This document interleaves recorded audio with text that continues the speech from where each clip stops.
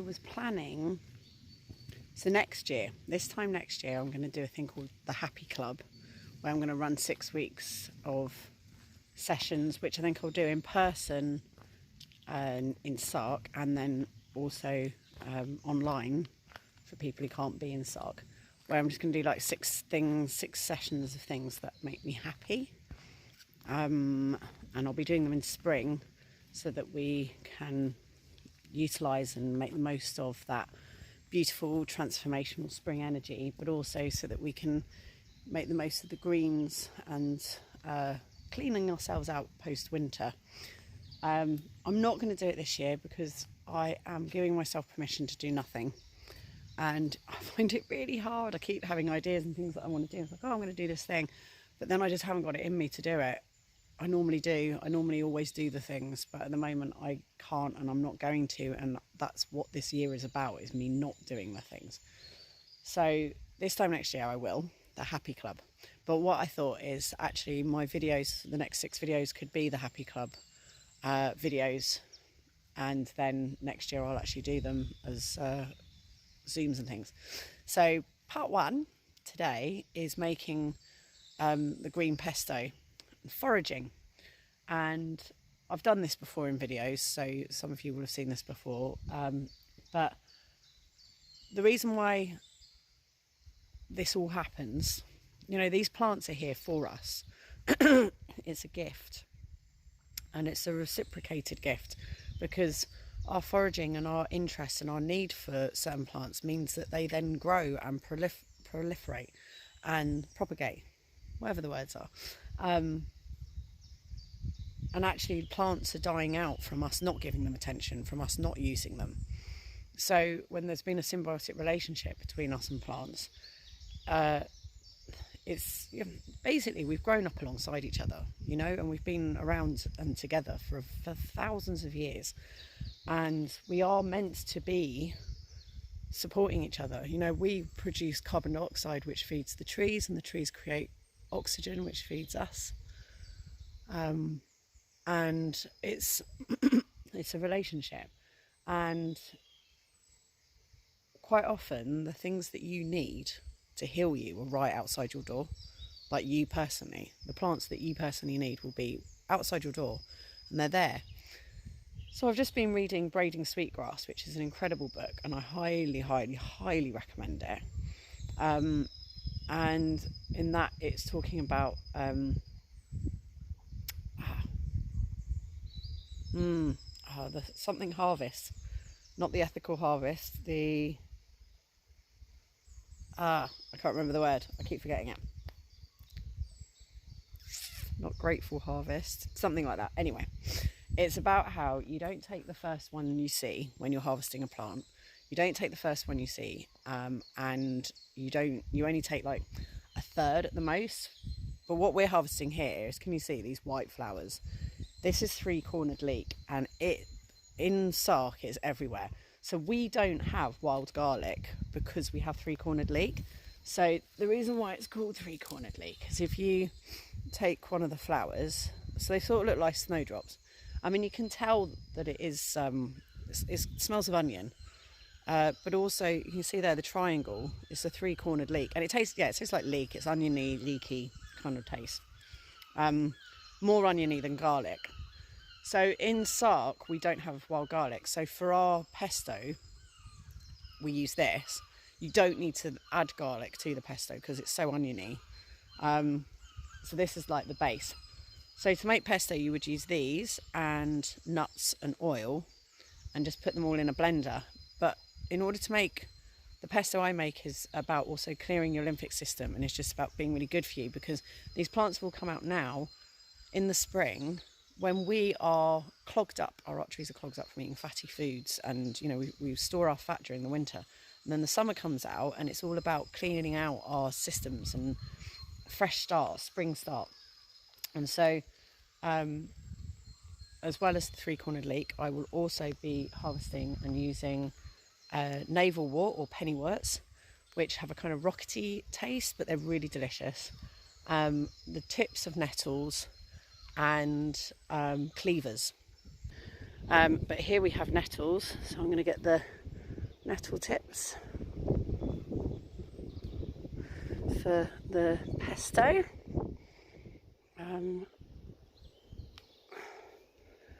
And nettles are a superfood.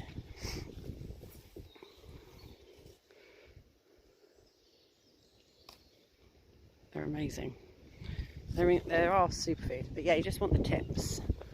And if you get them underneath like this and pick up, then you don't get stung.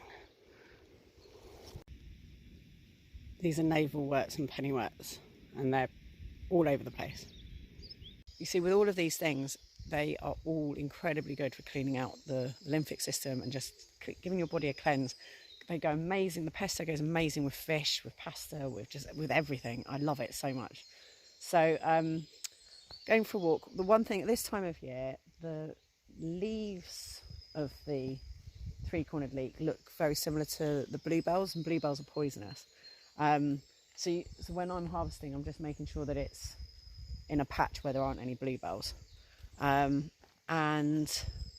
But if you harvest them before the flowers come out earlier in the year, the bluebells aren't even out yet. So normally earlier in the year it's fine.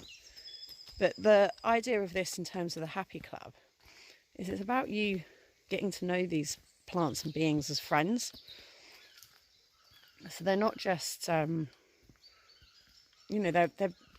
they have characters, they have personalities, they have attributes. They are responding. They're living, they're living beings, and they're part of Gaia and they're part of us. And so when you're going on oh, look at this lovely mix of bluebells and three-cornered leek. And these bluebells are the native Sark bluebells, so they're not, they don't look quite like the UK ones. They're a bit more kind of spiky, have these sort of spiky bits to them. Very beautiful, but you can see how the leaves all kind of blend in. So yeah, not a good place to forage from. But then here, you can see in this little patch there isn't any bluebells here, so you could forage from there. And it's good to forage the three-cornered leek in Sark because they do take up space that the bluebells would grow in.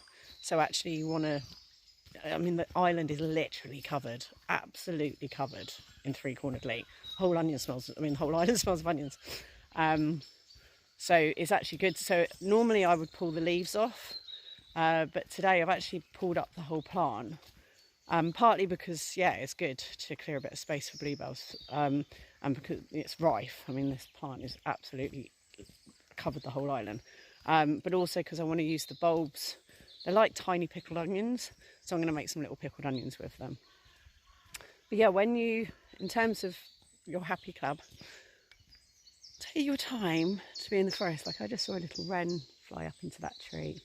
It's about getting to know your space and your forest. Like, I keep coming back to this place, this forest I've called Magdalena. It's decart wood, but I've called her Magdalena. And it's a friend of mine who knows about plants saw photos of this, and he said, oh, that's a rainforest, because it's so old and it's been here for so long.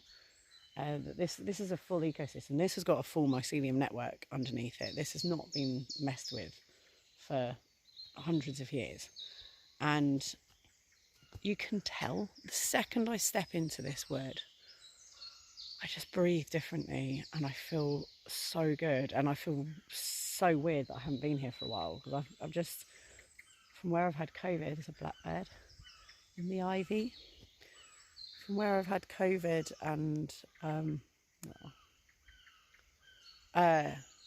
just also I'm exhausted this year, and this year is about me being allowed to be. It's a year out. Like, I'm stopping time this year and just doing nothing. But I've been really tired, and then we also moved into a beautiful cottage, and it's really calm and lovely, and I just want to be at home, and I just want to be in bed, and I just want to be asleep. I just want to chill, and that's what I'm doing, and I feel great for it. It's a little bumblebee.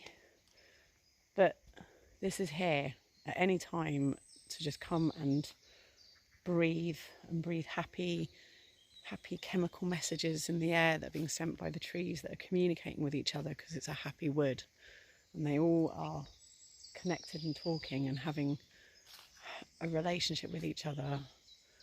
This wood is so happy.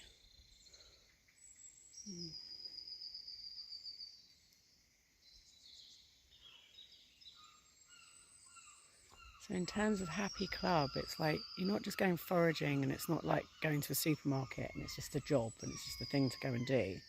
This is about developing a relationship with three-cornered leek. Who are you? Beautiful flowers, absolutely beautiful. She tastes amazing and she's great, she's prolific. It's like, she's like the, you know, the queen of the ball, the pretty ingenue that everyone fancies, and she's just everywhere. She's at all the parties, the popular kid. And then we've got the bluebells that are a little bit more shy, they're a little bit more demure, and they're just sort of more subtle and poisonous. A bit more femme fatale. You know, it reminds me of, you know, the musical Wicked. You've got the wicked witch and then the blonde la la witch, and actually the la la blonde witch is actually the one that's a problem, because that's the one that's like prolifically taken over the whole island and is blocking out the other plants. Yeah, and then this is celandine, the yellow flowers that are part of the buttercup family but are not buttercups. Me and Dizzle have been arguing about that all spring. It's like buttercups, I'm like, they're not buttercups, celandines.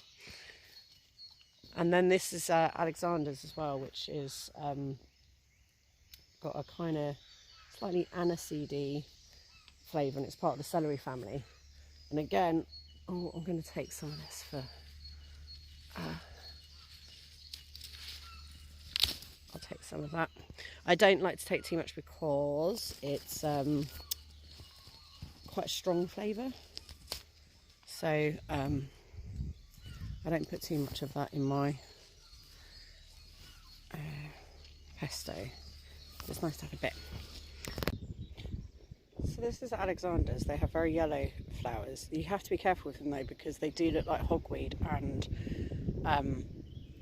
hemlock, which is extremely poisonous. But these come out first. Alexander's come out first, and they grow everywhere. Hogweed comes out second and grows everywhere, but it has much bigger leaves and the white flowers. It's the one that most of us know. We kind of think of it as cow parsley, and it's sort of everywhere with the white flowers. And then hemlock just grows sort of in streams and like really wet places. So basically just don't pick your Alexanders from anywhere that's wet. Like where we are now is up on a hill. It's not near a stream, so it's not going to be hemlock, it will be Alexanders. But also these come out first, then the hogweed, then Alexanders, and then the hemlock, and the hemlock's not out at the moment. And then there's also the primroses are still out at the moment. I haven't been doing much. I mean, I just eat them as I walk along, and I feel like I'm intrude. Magic roundabout. Don't fall over. I absolutely love them. And also violets, that these are out as well. Delicate little violets. They're all a bit doggy height there. Oh, I can really smell the bluebells here. So yeah, it's just having that space and relationship and time to just be with each other and hang out. Right, here's what I'm looking for. So these are the navalworts. I've already passed lots of these, so I'm allowed to harvest them. These are all over the island as well. These are everywhere. And apparently, in the ruins of, in the Neolithic digs that they've done here, they found navalworts in their food larder pantry. So we've been eating navalworts, pennyworts since the Neolithic times. They taste like rocket, they're really tasty. Yum. So this whole area at the end of my garden looks like a area of weeds, but we've got nettles and bluebells and plantain. This is plantain.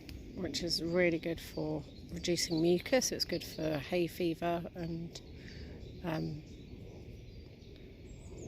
yeah, anything that's like mucus inducing. And look, nettles and cleavers hanging out with each other. So these are the cleavers that I've been looking for. Goosegrass. And these are amazingly good at clearing out the lymphatic system.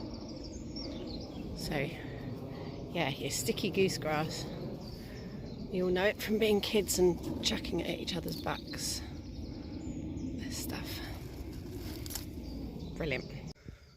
Oh, look at this path with all the bluebells and Alexanders and navel and three-quartered leek. It's just incredible, isn't it? And when you start knowing that these are here and you can eat them and they're delicious and they're good for you, and then you just see that they're everywhere. That's red campion. That's everywhere as well. And it's like they're just here. It's not like they're here for us, but they're happy for us to, you know, they're happy to support us. Like they'll support the bees and they'll support things, and in us, look at the bluebells.